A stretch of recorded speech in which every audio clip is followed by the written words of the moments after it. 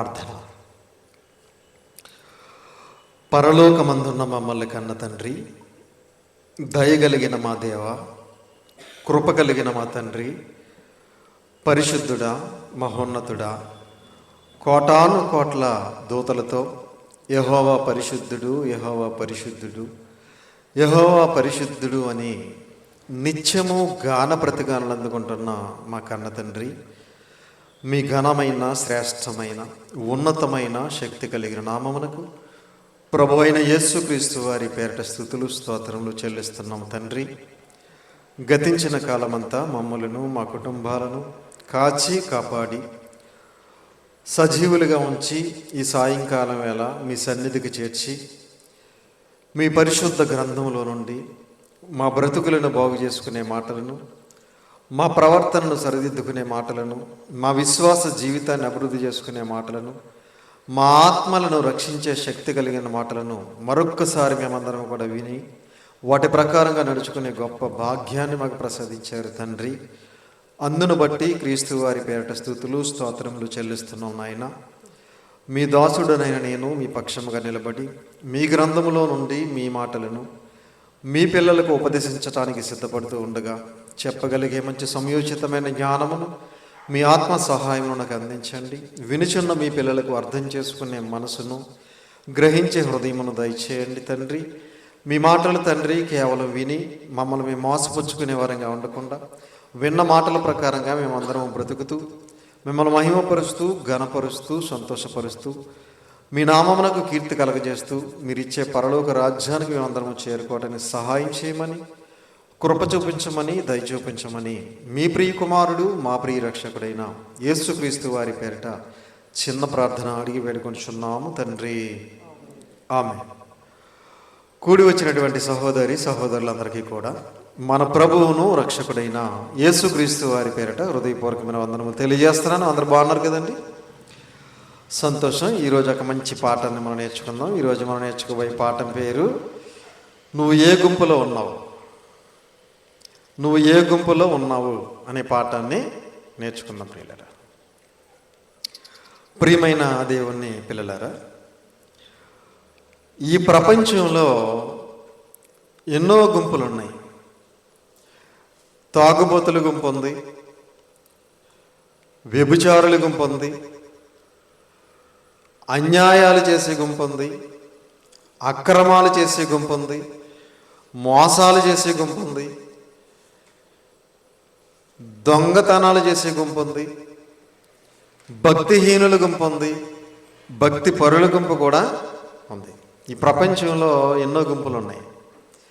అయితే ప్రియమైన దేవుని వారలారా, మనం ఏ గుంపులో ఉన్నాం, ఏ గుంపులో ఉండాలి అనేది ఈరోజు మనం నేర్చుకుందాం.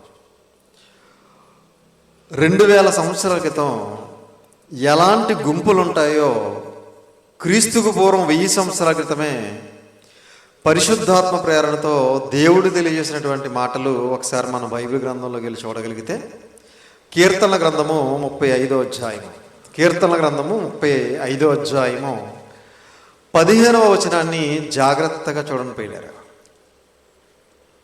కీర్తనల గ్రంథము 35వ అధ్యాయము 15వ వచనం. నేను కూలి ఉండుట చూచి వారు సంతోషించి గుంపు కూడిరి, నీచులను నేను ఎరుగని వారును నా మీదకి కూడి వచ్చి మానక నన్ను నిందించిరి. ప్రియమైన దేవుని పిల్లలరా, కీర్తన గ్రంథం 35వ అధ్యాయం 15వ వచనం. ఈ మాట ఎవరు రాస్తున్నారు అని మనం ఆలోచించగలిగితే దావీదు గారు రాస్తున్నారు. ఎవరి గురించి రాస్తున్నారంటే ఆయన గురించి కాదు. ఎవరి గురించి? యేసుక్రీస్తు ప్రభులు వారి గురించి. పాత నిబంధన గ్రంథంలో సుమారు 300 ప్రవచనాలు యేసుక్రీస్తు వారి గురించి రాయబడ్డాయి. 300 పైనే. ఏమండి? అవి చాలామందికి తెలియదు. యేసుక్రీస్తు ప్రభులు వారి గురించి పాత నిబంధన గ్రంథంలో 300 ప్రవచనాల పైనే రాయబడ్డాయి. అందులో ఒక ప్రవచనం ఇప్పుడు మనం చదువుకున్నది. మరలా నేను కూలి ఉండుట చూచి వారు సంతోషించి గుంపు కూడిరి. యేసుక్రీస్తు వారు కూలిపోయారా? కూలిపోయారు. ఎక్కడ? సిలువలో కుప్ప కూలిపోయారు ఆయన. అది చూసి ఏం చేశారట? సంతోషించారట. సంతోషించి గుంపు కూడారట. గుంపు కూడి నీచులను, నేను ఎరుగని వారును నా మీదకి కూడి వచ్చి మానక నన్ను నిందించిరి. ఎవరంటే వీళ్ళు? నీచులు అని రాయబడింది చూడండి. నీచులు. మనం కూడా అప్పుడప్పుడు అంటాం, నీచుడండి బాబా అతను అంటూ ఉంటాం. ఏమండి, ఇదే గుంపు అని మనం ఆలోచించగలిగితే నీచులు గుంపు ఇది. ఏమండి, నీచులను, నేను ఎరుగని వారును నా మీదకి కూడి వచ్చి మానక నన్ను నిందించిరి. యేసుక్రీస్తు వారు నిందించారా? సిలువలో ఉన్నప్పుడు నిందించారండి? నిందించారు. నువ్వు దేవుని కుమారుడు అయితే నిన్ను నువ్వు రక్షించుకో, మమ్మల్ని కూడా రక్షించని ఈ పక్కనున్న దొంగ, ఆ పక్కనున్న దొంగ నిందించారు. అలాగే కింద ఉన్న వాళ్ళు కూడా నిందించారు. వీడు ఇతరులను రక్షించాడు, తన్ను తాను రక్షించుకోలేడు అని చెప్పి కింద ఉన్నవారు కూడా నిందించారు. అంటే వీళ్ళు ఏ గుంపు అని మనం ఆలోచించగలిగితే ఇది నీచుల గుంపు, నిందించే గుంపు. వీళ్ళు నిందిస్తారని, వీళ్ళు నీచులు అని, వీళ్ళు గుంపు కొడతారని, వీళ్ళు సంతోషిస్తారని, యేసుక్రీస్తు వారు సిలువలో బలైపోయినప్పుడు వీళ్ళందరూ సంతోషిస్తారని, నిందిస్తారని క్రీస్తుకు పూర్వమే 1000 సంవత్సరాల క్రితమే దేవుడు పరిశుద్ధాత్మ ప్రేరణతో దావీదు గారి ద్వారా పలికించినటువంటి అద్భుతమైన మాట ఇది. ప్రియమైన దేవుని వారలారా, ఈరోజు కూడా ఉన్నారు నీచులు సమాజంలో. ఉన్నారా? ఈరోజు కూడా ఉన్నారా నిందించే వాళ్ళు? ఉన్నారా? ఈ నీచుల గుంపులోను, నిందించేవారి గుంపులో క్రైస్తవులమైనటువంటి మనం ఉండొచ్చా? ఉండకూడదు అని ఈ సందర్భాన్ని బట్టి మనం అర్థం చేసుకోవాలి. చాలామంది నీచులు ఉన్నారు సమాజంలో, నీచుల గుంపులు ఉన్నాయి. ఆ నీచుల గుంపులో మనం ఉండకూడదు. ఎదుటి వారిని నిందించి సంతోషించేవారు ఉన్నారు సమాజంలో, అలాంటి నిందించేవారి గుంపులో మనం ఉండకూడదు. అలాగే మరొక మాట మనం చూడగలిగితే ఇదే కీర్తనల గ్రంథం 22వ అధ్యాయం 16వ వచనం జాగ్రత్తగా చూడండి ప్రియులారా. ఇది కూడా యేసుక్రీస్తు ప్రభుల వారి కోసమే. కీర్తనల గ్రంథం 22వ అధ్యాయము 16వ వచనం. కుక్కలు నన్ను చుట్టుకొని ఉన్నవి, దుర్మార్గులు గుంపు కూడి నన్ను ఆవరించి ఉన్నారు. వారు నా చేతులను, నా పాదములను పొడిచి ఉన్నారు. ఇది ఎవరి కోసం? యేసుక్రీస్తు ప్రభుల వారి కోసం. చేతులలో, కాళ్ళల్లో ఏం చేశారు? మేకులు కొట్టారు కదా. అదే చెబుతున్నాడు ఇది క్రీస్తుకు పూర్వం. ఎవరంట వీళ్ళు? మరలా కుక్కలు నన్ను చుట్టుకొని ఉన్నవి. కుక్కలు లాంటి వారు అన్నమాట వీళ్ళందరూ. ఏమండి, కుక్కలు నన్ను చుట్టుకొని ఉన్నవి, దుర్మార్గులు గుంపు కూడి నన్ను ఆవరించి ఉన్నారు. దుర్మార్గుల గుంపు ఇది. ఏమండి, యేసుక్రీస్తు ప్రభువుల వారిని సిలువేసినటువంటి గుంపు మంచి గుంపు కాదు. ఇది మానవత్వం లేని గుంపు ఇది. ఏమండి, జాలి, దయ, కరుణ ఇలాంటి లక్షణాలు లేనటువంటి గుంపు ఇది. యేసుక్రీస్తు వారు ఏం అన్యాయం చేశాడని సిలువేశారు వాళ్ళు? ఏం ద్రోహం చేశాడని సిలువేశారు వాళ్ళు? ఏం పాపం చేశాడని సిలువేశారు? ఏమండి, ఆయన చేసినవన్నీ మంచి పనులే కదా. కుష్టివారిని బాగు చేశాడు, కుంటివారిని బాగు చేశాడు, గుడ్డివారిని బాగు చేశాడు, పక్షవాయువుతో ఉన్న వారిని బాగు చేశాడు, చనిపోయిన వారిని లేవనెత్తాడు, అనేక మందికి ఆహారం పెట్టాడు. ఆయన జీవితంలో చేసిన చెడ్డ పని అంటూ ఏది లేదు. ఆయన జీవితం అంతా మంచి పనులే చేశాడు. కానీ ఈ దుర్మార్గుల గుంపు ఏం చేసిందంటే ఆయన మీద కక్ష కట్టి, కత్తి కట్టి ఆయన్ను సిలువ వేయించి ఏం చేశారట? దుర్మార్గులు గుంపు కూడి నన్ను ఆవరించి ఉన్నారు. వారు నా చేతులను, నా పాదములను పొడిచి ఉన్నారు. ప్రియమైన దేవుని వల్ల ఆయన చేతులలో, ఆయన కాళ్ళల్లో మేకులు కొట్టి అన్యాయంగా తీర్పు తీర్చి సిలువలో చంపేశారు ప్రియులారా. ఇదే గుంపు అంటే దుర్మార్గుల గుంపు. ఏమండి, దుర్మార్గుల గుంపు ఇది. దుర్మార్గుల గుంపు కూడి ఏం చేశారట? నన్ను ఆవరించి ఉన్నారు అన్నాడు. కుక్కలాంటి వాళ్ళు వీళ్ళు. ఏమండి, దుర్మార్గుల గుంపు ఇది. ఇలాంటి దుర్మార్గులు ఇప్పుడు కూడా సమాజంలో ఉన్నారా? దుర్మార్గుల గుంపు చాలా ఉన్నాయి. అలాంటి గుంపుల్లో క్రైస్తవులమైనటువంటి మనం, క్రీస్తు రక్తంతో కడగబడినటువంటి మనం, క్రీస్తు రాజ్యంలో సభ్యులుగా చేరినటువంటి మనం, పరలోక రాజ్యానికి వెళ్ళబోయే మనం ఈ దుర్మార్గుల గుంపులో చేరొచ్చా? దుర్మార్గుల గుంపులో మనం ఉండకూడదు. ఏ గుంపులో ఉండాలో తెలియజేస్తాను ఇప్పుడు. ఏమండి, ప్రియమైన దేవుని పిల్లలారా, అలాగే మరొక గుంపు కూడా ఉంది. ఆ గుంపు కూడా చూద్దాం. ఇదే కీర్తన గ్రంథము 56వ అధ్యాయం. కీర్తన గ్రంథము 56వ అధ్యాయం. కీర్తన గ్రంథం 56వ అధ్యాయము 5-6 వచనాలు చూడండి. దినమెల్లా వారు నా మాటలు అపార్థము చేయుదురు, నాకు హాని చేయవలెనన్న తలంపులే వారికి నిత్యము పుట్టుచున్నవి.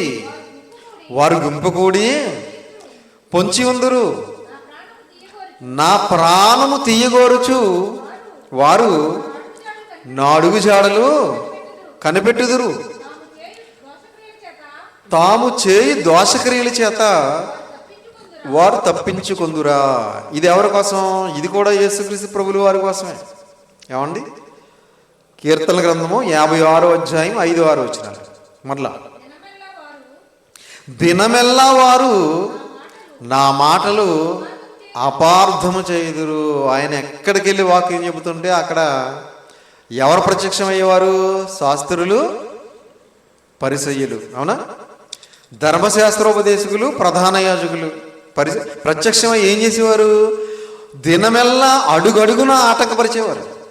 ఆయన చెబుతున్నటువంటి మాటలు, ధర్మశాస్త్ర గ్రంథంలో ఉన్నటువంటి మాటలు చెబుతుంటే ఈయన వాస్తవమే చెప్తున్నాడు కదా, ఒకప్పుడు మోషే గారి ద్వారా, ప్రవక్తల ద్వారా దేవుడు తెలియజేసిన మాటలే కదా ఈయన మనకు బోధిస్తున్నాడు అని చెప్పి సంతోషించాల్సింది పోయి ఏం చేసేవారు?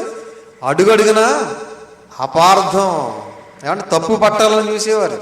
ఏమండి, ఎక్కడ తప్పు దొరుకుతుందా అని కనిపెడతా ఉండేవారు. అదే చెప్తున్నాడు అక్కడ. నాకు హాని చేయవలెనని తలంపులే వారికి నిత్యము పుట్టుచున్నవి. ఎప్పుడు హాని చేద్దామని చూశారు. ఏమండి, ఎప్పుడు దొరుకుతాడా, ఎప్పుడు ఎలా ఈయనకి హాని చేయాలా, ఎప్పుడు మోసే ధర్మశాస్త్ర ప్రకారంగా ఈయన్ని రాళ్లతో కొట్టి చంపాలా, ఎలా సిలువ వేయించి చంపాలా అని ఎప్పుడు హాని చేయాలని చూసేవారు. అలాంటి తలంపులే వాళ్ళకి పుడుతున్నాయట. అంటే ఇదే గుంపు అనమాట, హాని చేసే గుంపు ఇది. ఏమండి, అంతేనా? హాని చేయవలనే తలంపులు నిత్యము వారికి పుట్టుచున్నవి. వారు గుంపు కూడారట. ఏమండి, మొదటి శతాబ్దంలో గుంపులు కూడారా? యేసుక్రీస్తు వారిని హతమార్చడానికి గుంపులు కూడారు. ఏమండి, వారు గుంపు కూడి పొంచి ఉందరు, నా ప్రాణము తీయగోరుచు వారు నా అడుగు జాడలు కనిపెట్టుదురు. ప్రాణం తీయడానికి ఆయన అడుగు జాడలు కనిపెడతా ఉండేవారు. ఎక్కడికి వెళ్తున్నాడు, ఎక్కడ బోధిస్తున్నాడు, ఎవరింటికి వెళ్తున్నాడు, ఏం చేస్తున్నాడు అని శాస్త్రులు, పరిసయ్యులు, ధర్మశాస్త్రోపదేశకులు, ప్రధాన యాజకులు, ఆనాటి యూదులు చాలామంది కూడా ఆయన అడుగు జాడలు ఏం చేసేవారు? కనిపెడతా ఉండేవారు. అంటే ఆయన ప్రాణం తీయాలని చూసేవారు అనమాట. అంటే ఇది ఏ గుంపు? ప్రాణాలు తీసే గుంపు, హాని చేసే గుంపు. ఈరోజు ఉన్నారా ఇలాంటి వాళ్ళు సమాజంలో? ఎదుటి వారికి హాని చేసే గుంపులు ఉన్నాయా? ప్రాణాలు తీసే గుంపులు ఉన్నాయా? ఉన్నాయి. ఇప్పుడు మనం ఏం చేయాలంటే ఇలాంటి హాని చేసే గుంపులకు దూరంగా ఉండాలి. ప్రాణాలు తీసేవారి గుంపులో మనం చేరకూడదు, వాళ్ళకి దూరంగా ఉండాలి. వాస్తవానికి అప్పటికి యేసుక్రీస్తు వారు ఇంకా పుట్టలేదు. ఏమండి, యేసుక్రీస్తు ప్రభులు వారు ఇంకా పుట్టకముందే 1000 సంవత్సరాల క్రితం, క్రీస్తుకు పూర్వం, ఆయన పుట్టకముందే ఆయన ప్రాణాలు తీసే గుంపులు ఉంటాయని, ఆయనకు హాని చేసే గుంపులు ఉంటాయని, దుర్మార్గమైనటువంటి గుంపులు ఉంటాయని, ఆయన హతమార్చే గుంపులు ఉంటాయని క్రీస్తుకు పూర్వమే దేవుడు తెలియజేశాడు. ప్రియమైన దేవుని వాళ్ళరా, యేసుక్రీస్తు వారు 2000 సంవత్సరాల క్రితం ఈ గుంపులకు బలైపోయాడు ఆయన. అవునా? ప్రియమైన దేవుని వాళ్ళరా, కాబట్టి ఇలాంటి గుంపులు ఇప్పుడు కూడా ఉన్నాయి. ఆ గుంపులు గమనించుకుని వాళ్ళకి దూరంగా ఉండాలి మనం. ఆ గుంపుల్లో చేరకూడదు మనం. ఆ గుంపులు మనకు కూడా హాని చేస్తాయి, అవసరమైతే మన ప్రాణాన్ని కూడా తీస్తాయి అవసరమైతే. అలాంటి గుంపులకు మనం ఎంత దూరంగా ఉంటే అంత మంచిది ప్రియమైన దేవుని వల్ల. అలాగే మరొక అద్భుతమైన మాట మనం చూడగలిగితే ఇదే కీర్తన గ్రంథం 86వ అధ్యాయం 86వ అధ్యాయము 14వ వచనం జాగ్రత్తగా చూడండి పిల్లలు. కీర్తన గ్రంథం 86వ అధ్యాయము 14. దేవా, గర్విష్ఠులు నా మీదకి లేచి ఉన్నారు, బలాత్కారులు గుంపు కూడి నా ప్రాణము తీయుచున్నారు. ఇది ఎవరి కోసం? ఇది కూడా యేసుక్రీస్తు ప్రభువు వారి కోసమే. ఏమండి? మరలా, దేవా, గర్విష్ఠులు నా మీదకి లేచి ఉన్నారు. యేసుక్రీస్తు వారి మీదకి లేచారు మొదటి శతాబ్దంలో. ఎవరు? గర్విష్ఠులు. ఏమండి? దుర్మార్గులు. ఇంకా ఎలాంటి వారు? వాళ్ళు హాని చేసేవారు, ప్రాణాన్ని తీసేవారు. కనుక గర్విష్ఠులు నా మీదకి లేచి ఉన్నారు, బలాత్కారులు గుంపు కూడి నా ప్రాణము తీయచూచుచున్నారు. ఎవరంటే వీళ్ళు? గర్విష్ఠులు గుంపిది, అలాగే బలాత్కారులు గుంపిది, అలాగే ప్రాణాన్ని తీసే గుంపిది. ఏమండి? 2000 సంవత్సరాల క్రితం యేసుక్రీస్తు వారి మీదకి ఈ గుంపులే వచ్చాయి. ఈ గుంపులే వచ్చి ఆయన మీద కక్షతో, ఆయన మీద లేనిపోయినటువంటి నిందలు మోపి అన్యాయమైన తీర్పు తీర్చి ఆయన సిలువకి అప్పగించి ఆయన ప్రాణాన్ని తీసినటువంటి గుంపులు ఇవి. కనుక ప్రియమైన దేవుని పిల్లలారా, ఇలాంటి గుంపులు ఇప్పుడు కూడా ఉన్నాయి సమాజంలో. ఏమండి? ఈ గుంపులకు మనం చాలా దూరంగా ఉండాలి. ఈ గుంపులకు మనం గమనించుకొని, గ్రహించుకొని మనం ఈ గుంపుల్లో మనం చేరకుండా మనం ప్రత్యేకంగా ఉండాలి. ఎందుకంటే మనం పరలోకానికి వెళ్ళే గుంపులో ఉండాలి. ఏమండి? అలాగే క్రీస్తుకు పూర్వం మరొక గుంపు కూడా ఉంది. ఆ గుంపు ఏంటో చూద్దాం ఒకసారి. ఇర్మీయా గ్రంథం 5వ అధ్యాయం. ఇర్మీయా గ్రంథం 5వ అధ్యాయము 7-8 వచనాలు జాగ్రత్తగా చూడండి. ఇర్మీయా గ్రంథము 5వ అధ్యాయము 7-8 వచనాలు. నీ పిల్లలు నన్ను విడిచి దైవము కాని వాటి తోడని ప్రమాణము చేయుదురు. ఏం చేస్తున్నారంటే దేవుని పిల్లలే వీళ్ళు. ఏమని ప్రమాణం చేస్తున్నారట? ఎవరి మీద ప్రమాణం చేస్తున్నారట? దైవము కాని వాటి తోడని ప్రమాణము చేయుదురు. అది దైవం కాదు, దైవత్వం లేదు అందులో. కానీ వాటి తోడని ప్రమాణం చేస్తారట. చేయుదురు, నేను వారిని తృప్తిగా పోషించినను వారు వ్యభిచారం చేయుచు వేశ్యల ఇండ్లలో గుంపులు కూడుదురు. వారిని దేవుడు ఏం చేస్తున్నాడట? తృప్తిగా పోషిస్తున్నాడట. ఏ లోటు లేకుండా కావలసినవన్నీ అనుగ్రహిస్తూ తృప్తిగా దేవుడు పోషించినా కూడా వాళ్ళు ఏం చేస్తున్నారట? బాగా తిని వ్యభిచారము చేయుచు వేశ్యల ఇండ్లలో గుంపులు కూడుదురు. ప్రియమైన దేవుని వాళ్ళరా, క్రీస్తుకు పూర్వం ఇశ్రాయేలుని దేవుడు తృప్తిగా పోషిస్తున్నాడట, ఏ లోటు లేకుండా. ఏమండి? పోషిస్తుంటే వాళ్ళు ఏం చేస్తున్నారట? బాగా తిని వ్యభిచారం చేస్తున్నారట. వ్యభిచారం చేస్తూ వేశ్యల ఇండ్లలో గుంపు కొడుతున్నారట. ఏమండి? ఈరోజు ఉన్నారు ఇలాంటి వాళ్ళు? క్రైస్తవ్యంలో ఉన్నారు ఇలాంటి వాళ్ళు? ఉన్నారమ్మా? కొల్లలుగా ఉన్నారు. ఏమండి? దేవుడు పాపం మనల్ని ప్రేమించి మనల్ని తృప్తిగా పోషిస్తుంటే ఆయన యందు భయభక్తులు కలిగి, విశ్వాసం కలిగి, పరిశుద్ధులుగా, పవిత్రులుగా, యథార్థవంతులుగా, నీతిమంతులుగా బ్రతకకుండా, పరలోకం వెళ్ళాలని ఆలోచన లేకుండా ఈరోజు చాలామంది వ్యభిచారం చేస్తూ వేశ్యలలో గుంపులు కొడుతున్న వారు చాలామంది ఉన్నారు. ప్రియమైన దేవుని పిల్లలారా, క్రైస్తవ్యంలో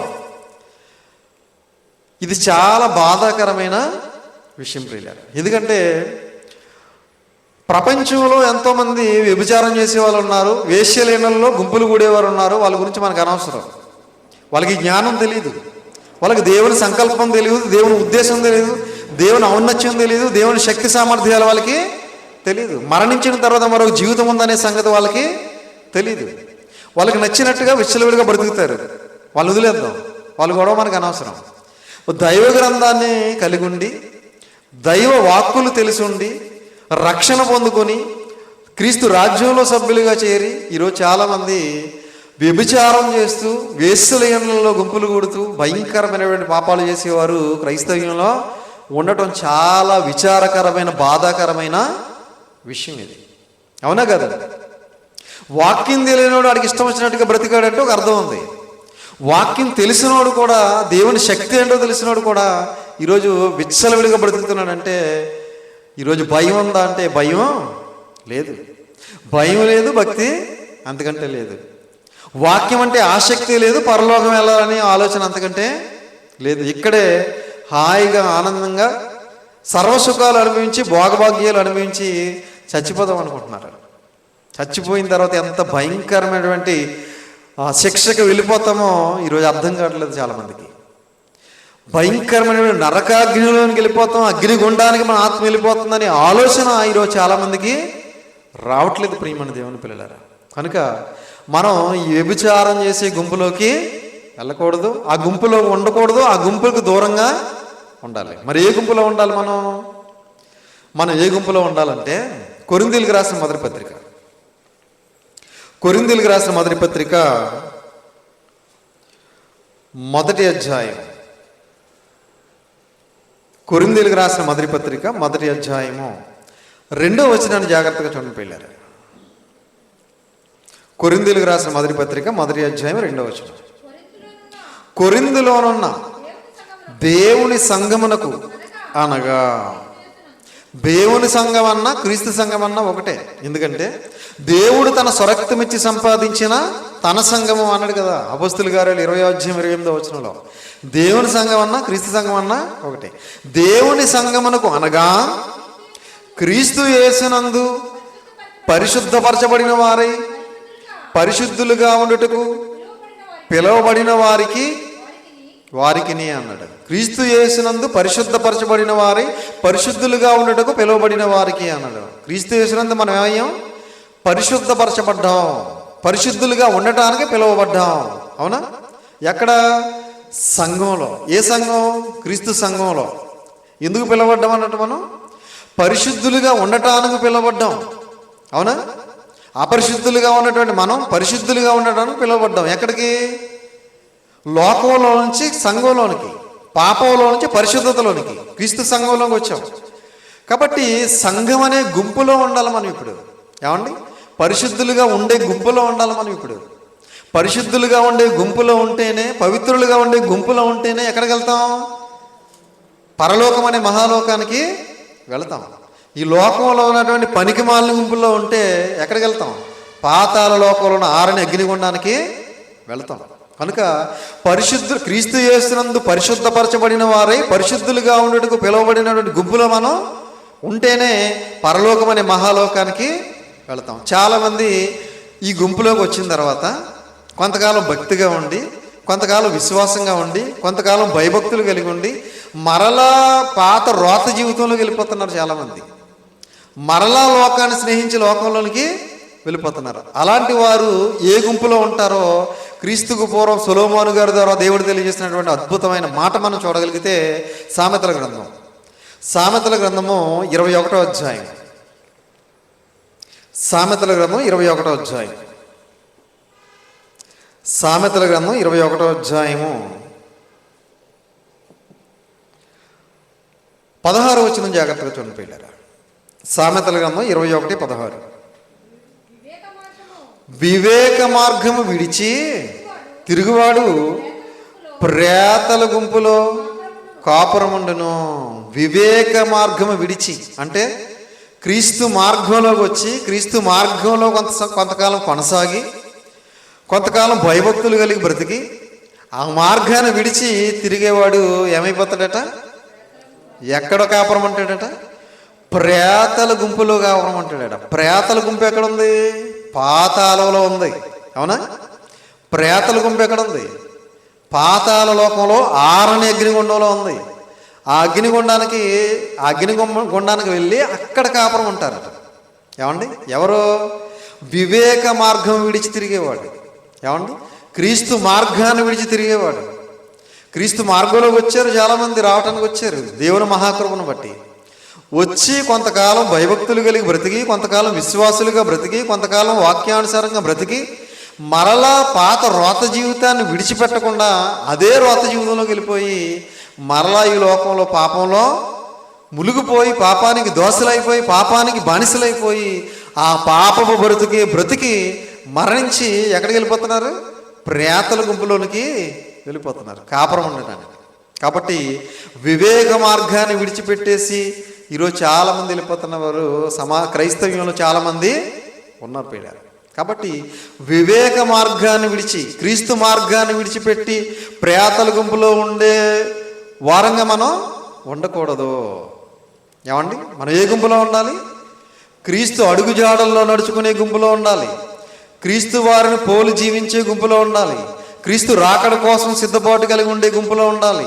క్రీస్తు ద్వారా పరలోకానికి వెళ్ళే గుంపులో ఉండాలి. అర్థమవుతుందండి? మనం ఏ గుంపులో ఉండాలి? ఏమండి? క్రీస్తు ద్వారా పరలోకానికి వెళ్ళే క్రీస్తు సంఘంలో పరిశుద్ధులు ఉండే గుంపులో ఉండాలి. పరిశుద్ధులుగా బ్రతికితేనే మనం ఎక్కడికి వెళ్తాం? పరలోక రాజ్యానికి వెళతాం. పాపాత్ములుగా ఒకవేళ మనం బ్రతికితే భయంకరమైన అగ్నిగుండానికి వెళ్ళిపోతాం. అక్కడికి వెళ్ళిన తర్వాత మనం ఎంత బాధపడిన ప్రయోజనం లేదు ప్రియులారా. అక్కడికి వెళ్ళిన తర్వాత ఆర్తనాదాలతో అలమటించిపోయిన ప్రయోజనం లేదు. అక్కడ మన బాధ ఎవడో వినడు, మన గోలెవడో వినడు. అక్కడికి వెళ్లకుండా మనం ఇక్కడే జాగ్రత్త పడిపోవాలి. బుద్ధిమంతుడు ఏం చేస్తాడంటే, బుద్ధిమంతుడు క్రిందనున్న పాతాళమును తప్పించుకొనవలని పరమనకపోవు జీవమార్గమును నడుచుకుని అని రాయబడింది ఇదే సామెతల గ్రంథంలో. బుద్ధిమంతుడు ఏం చేస్తాడట? క్రిందనున్న పాతాళమును తప్పించుకోవాలని పరమునకపోవు జీవమార్గమును నడుచుకొనును. జీవమార్గమన్నా, వివేక మార్గమన్నా, క్రీస్తు మార్గమన్నా ఒకటే. కాబట్టి పరలోకం అనే మహాలోకానికి మనం వెళ్ళే మార్గం ఒకే ఒక మార్గం, అదే క్రీస్తు మార్గం. నేనే మార్గమును, నేనే సత్యమును, నేనే జీవమును అన్నాడు. కాబట్టి ఆయన ద్వారా తప్ప తండ్రి వద్దకు వెళ్ళేవాడు ఎవడు లేడు. ప్రపంచంలో ఎవడు పరలోకానికి వెళ్ళాలన్నా, ఎవడు తండ్రి దగ్గరికి వెళ్ళాలన్నా క్రీస్తు ద్వారానే వెళ్ళాలి, క్రీస్తు మార్గం ద్వారానే వెళ్ళాలి. వేరే మార్గం లేదు. ఆ మార్గంలోకి వచ్చిన తర్వాత ఆ మార్గాన్ని కూడా విడిచిపెట్టి మరలా ఎక్కడికి వెళ్ళిపోతున్నారు? మరలా పాపంలోనికి వెళ్ళిపోతున్నారు. కనుక మనం ఈ లోకంలో ఏ గుంపులోనే ఉండకూడదు. క్రీస్తు రక్తంతో కడగబడినటువంటి క్రీస్తు రాజ్యంలో ఉన్నటువంటి పరిశుద్ధుల గుంపులో మాత్రమే మనం ఉండాలి. ఆ గుంపులోనే కొనసాగాలి. ఆ గుంపులో ఉండే మరణించాలి. మనం అందరం కూడా పరలోక రాజ్యానికి వెళ్ళటానికి దేవుని మాటల ద్వారా బాటలు వేసుకోవాలి అని ప్రేమపూర్వకంగా తెలియజేస్తూ ఈ మాటలు ముగిస్తున్నాను. తలలో వంచండి, ప్రార్థన చేసుకుందాం. ప్రార్థన. పరలోకమందున్న మమ్మల్ని కన్న తండ్రి, దయ కలిగిన మా దేవ, కృప కలిగిన మా తండ్రి, మహోన్నతుడా, మహాగణుడా, మీ మహాశక్తి సంపన్నుడా, మీ ఘనమైన నామమునకు, శ్రేష్టమైన నామమునకు, శక్తి కలిగిన నామమునకు ప్రభు అయిన యేసుక్రీస్తు వారి పేట స్థుతులు స్తోత్రాలు చెల్లిస్తున్నాం నాయన. తండ్రి, మరి ఇదిగో ప్రభువా, మేము ఏ గుంపులో ఉండాలి అనే అంశం మీద కొన్ని మాటలు మేము నేర్చుకున్నాం తండ్రి. మేమందరము కూడా దుర్మార్గుల గుంపులో ఉండకూడదని, హాని చేసేవారి గుంపులో ఉండకూడదని, ప్రాణాలు తీసేవారి గుంపులో మేము ఉండకూడదని, వ్యభిచారం చేసేవారి గుంపులో మేము ఉండకూడదని, మేమందరము కూడా తండ్రి వివేక మార్గాన్ని విడిచే గుంపులో ఉండకూడదని, మేమందరము కూడా పరిశుద్ధుల గుంపులో మాత్రమే ఉండాలని, మీ కుమారుడైన యేసుక్రీస్తు వారు స్వరక్తమిచ్చి సంపాదించిన క్రీస్తు సంఘంలో ఉన్న పరిశుద్ధుల గుంపులో మేము కొనసాగాలని మీ పరిశుద్ధ గ్రంథం ద్వారా కొన్ని మాటలు మేము నేర్చుకున్నాం తండ్రి. మేమందరం కూడా విన్నటువంటి మాటలను తండ్రి మా హృదయంలో భద్రపరుచుకుని తండ్రి, ఆ మాటల ప్రకారంగా మేమందరం బ్రతకటానికి సహాయం చేయండి తండ్రి. మరి ఇదిగో తండ్రి, ఈ మార్గంలోకి వచ్చి అనేక మంది మరలా వివేక మార్గాన్ని విడిచిపెట్టి వెళ్ళిపోతున్నారు తండ్రి. మీ చిత్తమైతే వారి మనోనేత్రాలు వెలిగించండి, వారిని కూడా మీ చిత్తమైతే మీ మాటల ద్వారా ఆకర్షించుకోండి తండ్రి. తలలో ఉంచి ప్రార్థన చేస్తున్న మమ్ములను, మా కుటుంబాలను దయతో జ్ఞాపకం చేసుకోండి. మేమందరము చేస్తున్న పనిపాట్లలో, ప్రయాణాల్లో మరి మీ చిత్తమైతే తోడుగా నీడగా ఉండండి. మాకందరికీ కావాల్సిన మంచి ఆరోగ్యమును, శక్తిని, బలమును మీ చిత్తమైతే అనుగ్రహించండి. మేమందరము కూడా కుడికి కానీ ఎడమకు కానీ తొలగిపోకుండా మీరు ఏర్పాటు చేసినటువంటి క్రీస్తు మార్గంలో, క్రీస్తు అడుగుజాడల్లో నడుచుకుంటూ, క్రీస్తు వారిని పోలి జీవిస్తూ, క్రీస్తు రాకడ కోసం మేమందరము సిద్ధపాటు కలిగి మీరిచ్చే పరలోక రాజ్యానికి మీ మాటల ద్వారా బాటలు వేసుకోవడానికి సహాయం చేయమని, కృప చూపించమని, దయ చూపించమని, మమ్మల్ని అందరినీ కూడా మీ కృపలో భద్రపరిచి పరసంబంధమైన ప్రతి ఆశీర్వాదంతో ఆశీర్వదించి దీవించమని మీ ప్రియకుమారుడును మా ప్రియరక్షకుడైన యేసుక్రీస్తు ప్రభుల వారి అతి శ్రేష్టమైన, ఉన్నతమైన, శక్తి కలిగిన నామమును బట్టి చిన్న ప్రార్థన అడిగి పెట్టుకొనిచున్నాము తండ్రి. ఆమేన్. అందరికీ వందనాలు.